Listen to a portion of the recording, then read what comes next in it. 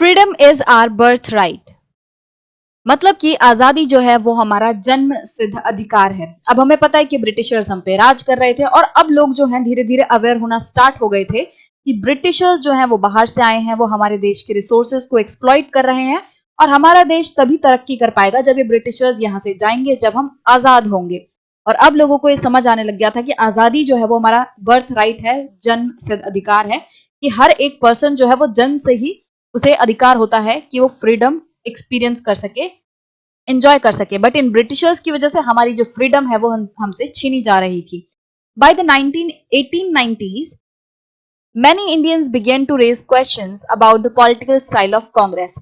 अब 1890s के time पे क्या होने लग गया, धीरे धीरे बहुत सारे जो इंडियंस थे वो कांग्रेस जिस तरीके से काम कर रही थी ना उस पर सवाल उठाने लग गए थे। मतलब लोगों को थोड़ा थोड़ा ना कांग्रेस के काम करने के तरीके से मतलब वो नाखुश होने लग गए। In Bengal, Maharashtra and Punjab, leaders such as Bipin Chandra Pal, Bal Gangadhar Tilak and Lala Lajpat Rai were beginning to explore more radical objectives and method.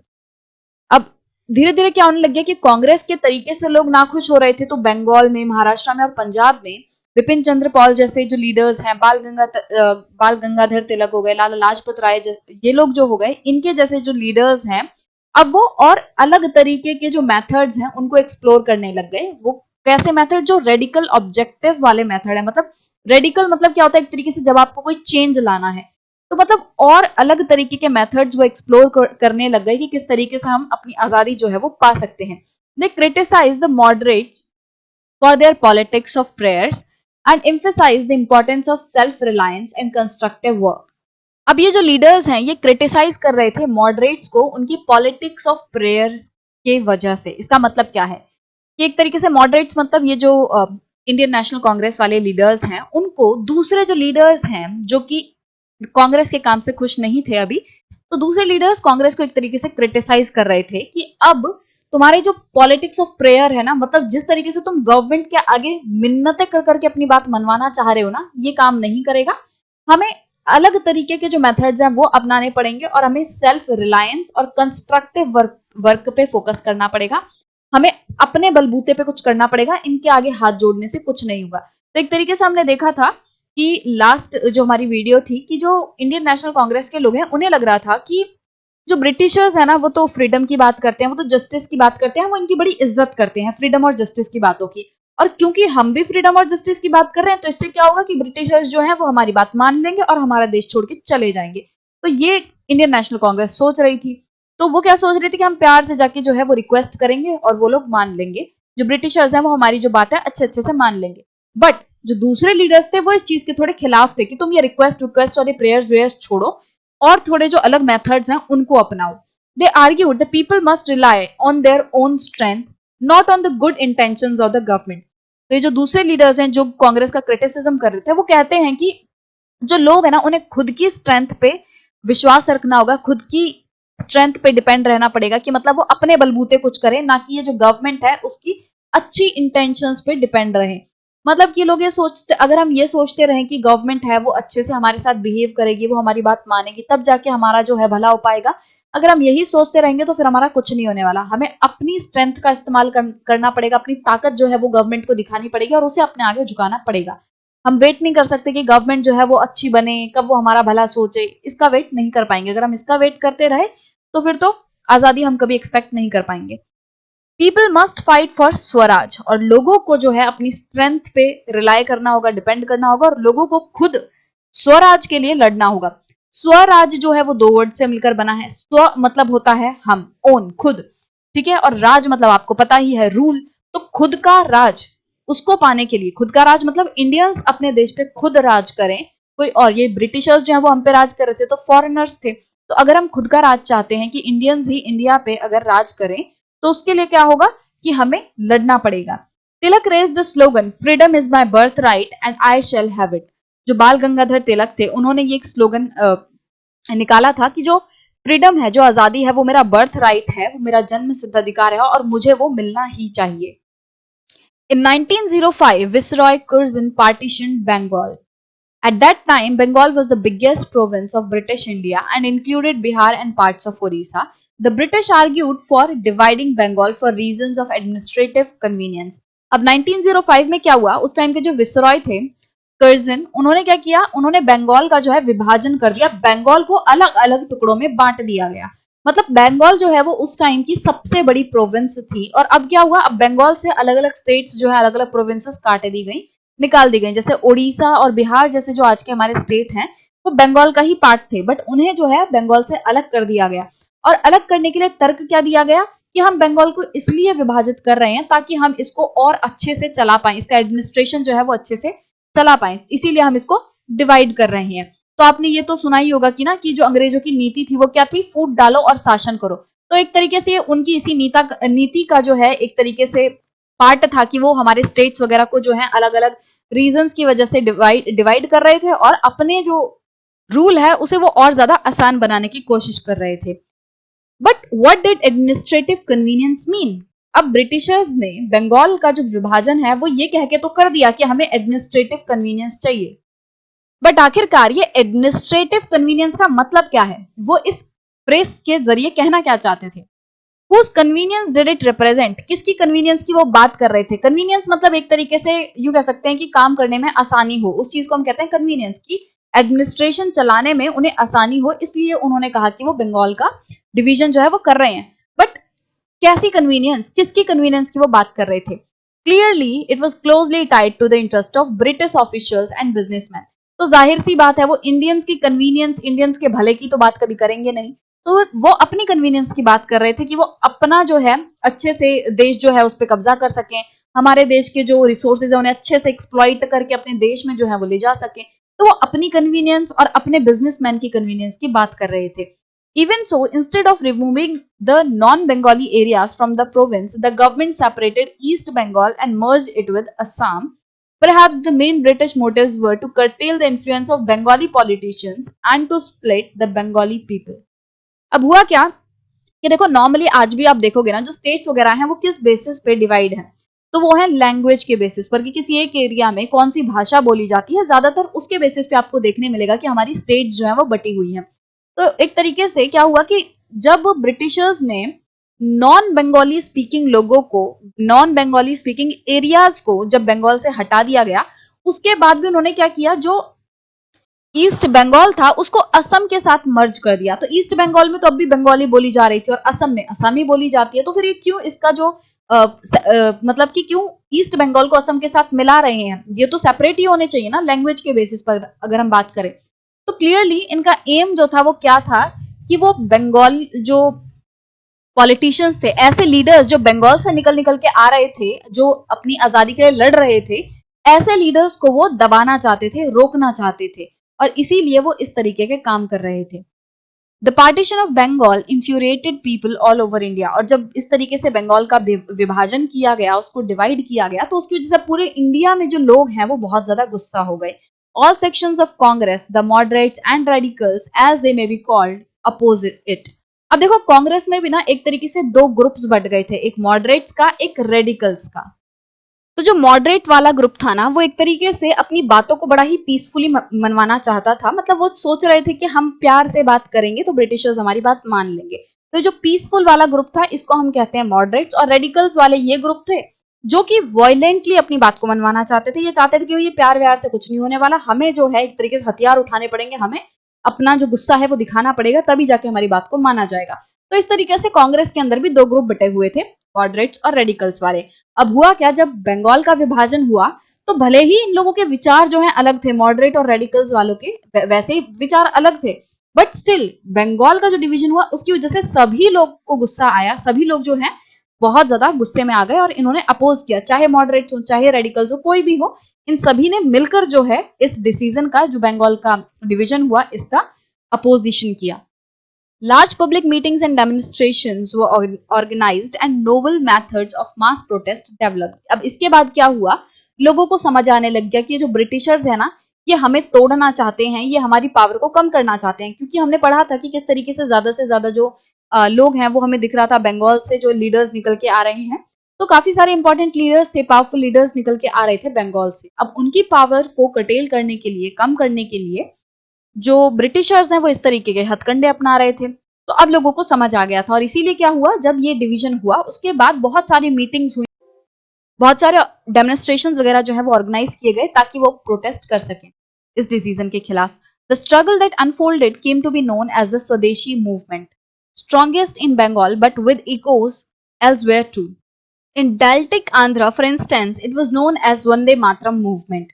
अब हुआ क्या कि जब इस तरीके से लोगों ने जो डेमोन्स्ट्रेशन वगैरह हैं वो स्टार्ट किए, प्रोटेस्ट जब लोगों ने किया इस डिसीजन के खिलाफ, तो इस पूरे स्ट्रगल को हम किस तरीके से जानते हैं, किस नाम से जानते हैं, हम इसे कहते हैं स्वदेशी मूवमेंट. ये जो मूवमेंट थी ये बंगाल में सबसे ज्यादा स्ट्रांग थी, क्योंकि जो बंगाल है उसी का डिवीजन हुआ था, तो बंगाल के लोग तो बहुत ज्यादा गुस्सा होंगे ही होंगे. तो सबसे ज्यादा जो हमें ये स्वदेशी मूवमेंट है वो स्ट्रॉन्गेस्ट देखने मिलती है बंगाल में. बट ऐसा नहीं था सिर्फ बंगाल में ही इसके जो एक तरीके से हमें ये स्वदेशी मूवमेंट दिख रही थी, बट हमारे देश के दूसरे हिस्सों में भी ये जो आवाज थी इस डेमोन्स्ट्रेशन की वो गूंज रही थी, हम कह सकते हैं. तो दूसरे जो एरियाज थे बंगाल के अलावा भी हमारे इंडिया के, वहां पे भी इस चीज का अपोजिशन काफी बड़े लेवल पे हो रहा था. जैसे कि हम बात करें कि जो डेल्टिक आंध्रा है, मतलब आंध्रा का जो समुद्र के पास वाला इलाका है, जो डेल्टा वाला रीजन है, वहां पे इस मूवमेंट को किस नाम से जाना गया? वंदे मातरम मूवमेंट. मतलब मूवमेंट सेम है, लोग सेम कॉज के लिए लड़ रहे हैं, बट जैसे बंगाल में इसको स्वदेशी मूवमेंट के नाम से जाना जा रहा है और आंध्र में इसको वंदे मातरम मूवमेंट से, बट है क्या? दोनों ही जो है वो अपने राज के लिए लड़ रहे हैं, ब्रिटिशर्स के डिसीजन का अपोज कर रहे हैं.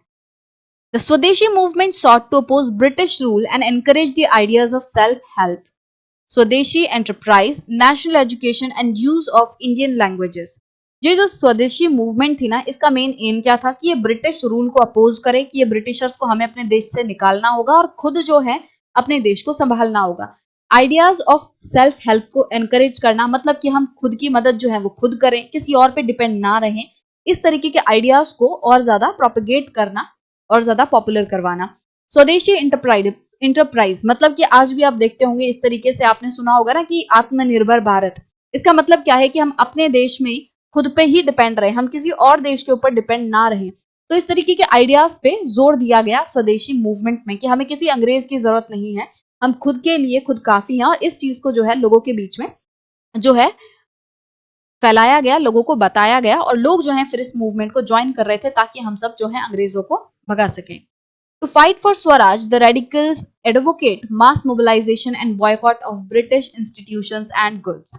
तो हमें पता है रेडिकल्स कौन से लोग हैं? वो ऐसे लोग हैं जो कि थोड़ा वायलेंट तरीके से अपनी बातों को मनवाने पर विश्वास रखते हैं. तो जो रेडिकल्स थे उन्होंने क्या कहा कि स्वराज पाने के लिए, मतलब कि खुद का रूल जो है वो स्टैब्लिश करने के लिए हमें क्या करना पड़ेगा? मास मोबिलाइजेशन करनी पड़ेगी. मतलब कि एक साथ बहुत सारे लोगों को मोबाइल जो है वो करना पड़ेगा. एक तरीके से हमें डेमोन्स्ट्रेशन वगैरह करने पड़ेंगे, बड़े लेवल पे प्रोटेस्ट करने पड़ेंगे, बहुत बड़े लेवल पे, तब जाके जो है हम जो स्वराज है उसे पा सकेंगे. हमें ब्रिटिश इंस्टीट्यूशंस को और उनके बनाए गुड्स को, उनके बनाए सामानों को बॉयकॉट करना होगा. बॉयकॉट करना मतलब एक तरीके से उनका बहिष्कार करना होगा. तो ब्रिटिश इंस्टीट्यूशंस जैसे कि स्कूल वगैरह हो गए जो ब्रिटिशर्स ने स्टैब्लिश किए थे, जहां ब्रिटिशर्स के लोग जो है वो बच्चों को पढ़ा रहे थे, इंस्टीट्यूशंस हो गए. ब्रिटिशर्स के यहाँ से जो दूसरे देशों से हमारे देशों में जो गुड्स आ रहे थे, हमने पढ़ा था टेक्सटाइल इंडस्ट्री वाले केस में कि किस तरीके से जो यूरोपियन कंट्रीज हैं वहां से हमारे देश में एक तरीके से सैलाब आ गया, फ्लडिंग हो गई किनकी? कपड़ों की. कि मतलब वो लोग वहां पे अपने देशों से कपड़ा बना बना के हमारे देश में बेचे जा रहे थे. तो इस तरीके से गुड्स का, इंस्टीट्यूशंस का बॉयकॉट करके जो है हम स्वराज पा सकते हैं, ऐसा रेडिकल्स जो है वो सोचते थे, इस चीज पे वो जोर देते थे. Some individuals also began to suggest that revolutionary violence would be necessary to overthrow British rule. और कुछ लोग ऐसा भी कहते थे कि अगर हमें ब्रिटिश रूल को खत्म करना है उसके लिए हमें क्या करना पड़ेगा? रेवोल्यूशनरी वायलेंस करना पड़ेगा. मतलब एक बहुत बड़े लेवल पे हमें क्या करना पड़ेगा? वायलेंस करना पड़ेगा. वायलेंस का मतलब क्या होता है? हिंसा. राइट. तो the use of violence to make a radical change within society. Revolutionary violence का मतलब क्या होगा कि जब आप सोसाइटी में कोई चेंज लाने के लिए हिंसा का इस्तेमाल कर रहे हैं, गुस्सा दिखा रहे हैं, आक्रोश दिखा रहे हैं. तो कुछ लोग ये कहने लगे कि अगर ब्रिटिश रूल को हटाना है तो हमें बहुत ज्यादा जो है वो हिंसा फैलानी पड़ेगी, तब ये ब्रिटिशर्स को हम हटा पाएंगे. The opening decades of the 20th century were marked by other developments as well. अब जब 20th सेंचुरी शुरू हुई तो हमें और सारी अलग अलग डेवलपमेंट्स जो है, किस तरह की डेवलपमेंट्स? हमें हमारे देश को आजाद कराने के लिए जो मूवमेंट, जो एसोसिएशंस वगैरह बन रही थी, उनकी जो डेवलपमेंट है वो देखने मिली. A group of Muslim landlords and nawabs formed the All India Muslim League at Dhaka in 1906. तो क्या हुआ कि बहुत सारे जो मुस्लिम लैंडलॉर्ड्स थे, मतलब कि जो जमींदार हैं मुस्लिम, वो और जो मुस्लिम नवाब्स थे, उन्होंने क्या किया, उन्होंने डेक्का में 1906 में एक Muslim All India Muslim League जो है वो स्टार्ट की। The League supported the partition of Bengal, but ये जो लीग थी उसने बंगाल के विभाजन को सपोर्ट किया, अपोज नहीं, right. It desired separate electorates for Muslims, a demand conceded by the government in 1909. तो जो ऑल इंडिया मुस्लिम लीग है ना, ये एक तरीके से बंगाल के विभाजन को सपोर्ट कर रही थी, उससे खुश थी और ये चाहती थी कि मुस्लिमों के लिए एक अलग से इलेक्टोरेट हो, मतलब मुस्लिम्स के लिए पूरा डेडिकेटेड एक अलग एरिया हो जहाँ पे सिर्फ मुस्लिम्स ही रहे, जहाँ पे मुस्लिम्स के लीडर्स बने। तो मतलब ये चाहते थे कि पूरा एक इलेक्टोरेट, पूरा जो एक एरिया है वो मुस्लिम्स के लिए डेडिकेटेड हो। और इस जो मांग है इसको गवर्नमेंट ने 1909 में पूरा भी कर दिया था इन लोगों की। Some seats in the councils were now reserved for Muslim who would be elected by Muslim voters. तो क्या हुआ कि अब काउंसिल जो होती है, काउंसिल मतलब एन अपॉइंटेड और elected body of people with N administrative, advisory और रिप्रेजेंटेटिव फंक्शन। तो कोई भी काउंसिल मतलब कि एक ऐसी बॉडी जिसे लोगों ने इलेक्ट किया है, वोट देके चुना है। तो काउंसिल में बहुत सारी जो सीटें हैं वो मुस्लिमों के लिए रिजर्व कर दी गई कि भाई इन जगहों से क्या होगा कि कोई मुस्लिम जो है वही लड़ेगा और सिर्फ मुस्लिम वोटर ही जो है इनके लिए वोट देंगे। This tempted politicians to gather a following by distributing favor to their own religious group. अब जब ऐसा हुआ कि मुस्लिमों को एक तरीके से रिजर्वेशन मिल गया काउंसिल में, है ना, और उनकी जो मांगे हैं सेपरेट इलेक्टोरेट की वो पूरी कर दी गई, तो इसकी वजह से क्या हुआ कि बहुत सारे जो पॉलिटिशियंस हैं उन्हें धर्म के नाम पर लोगों का जो मत है वो प्राप्त करने का मौका मिल गया। मतलब कि लोग जो है वो धर्म के नाम पर लोगों से सपोर्ट पा रहे थे, फॉलोइंग बढ़ा रहे थे कि मतलब अपने धर्म का प्रचार कर रहे थे, लोगों से सहानुभूति जो है वो ले रहे थे। क्यों? क्योंकि वो उनके धर्म के थे। ये तो आप भी आज न्यूज में सुनते होंगे, जैसे न्यूज में बोला जाता है ना, ये धर्म की राजनीति कर रहे हैं। इसका मतलब क्या है कि कोई पर्टिकुलर पर्सन अपने धर्म का इस्तेमाल करके लोगों को अपनी तरफ आकर्षित करना चाह रहा है, लोगों को धर्म के जरिए जो है वो लुभाना चाह रहा है कि वो अपने धर्म का जो है प्रचार कर रहा है और उसे लग रहा है कि उसकी वजह से क्या होगा, उस धर्म के लोग उसको वोट दे देंगे। तो इस तरीके से बहुत सारे लोगों को मौका मिला कि वो जब ये मुस्लिम्स जो हैं उन्हें उनका इलेक्टोरेट मिल गया, उन्हें रिजर्वेशन मिल गया, तो उस वजह से क्या हुआ, बहुत सारे पॉलिटिशियंस ने इस चीज का फायदा उठाया और अपनी तरफ जो है इन लोगों का रुख जो है वो मोड़ने की कोशिश की, मतलब इनका फेवर पाने की कोशिश की। मीनवाइल कांग्रेस स्प्लिट इन 1907, और इस टाइम पे क्या हुआ, 1907 में जो कांग्रेस है वो स्प्लिट हो गई, टूट गई। The moderates were oppose to the use of boycott. अब हमें पता है कि कांग्रेस के अंदर तो पहले से ही दो जो ग्रुप्स हैं वो बटे हुए थे, मॉडरेट्स वाला और रेडिकल्स वाला। अब इस टाइम पे क्या हुआ, ये ग्रुप जो है टूट गए। पहले तो भी ये साथ साथ चल रहे थे। तो जो मॉडरेट्स हैं वो बॉयकॉट के खिलाफ थे।